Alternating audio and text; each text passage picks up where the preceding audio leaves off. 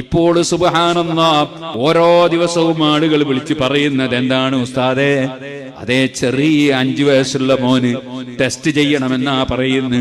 Test ചെയ്തപ്പോൾ ക്യാൻസറാണെന്നാ പറയുന്നു. 13 വയസ്സുള്ള കുഞ്ഞിന് ക്യാൻസറാണ്, 14 വയസ്സുള്ള പെൺകുട്ടിക്ക് ക്യാൻസറാണ്. അങ്ങനെ ചെറുപ്രായത്തിൽ തന്നെ പലർക്കും ക്യാൻസറാണ്, ട്യൂമറാണ്, പല രോഗങ്ങളും വരികയാണ്.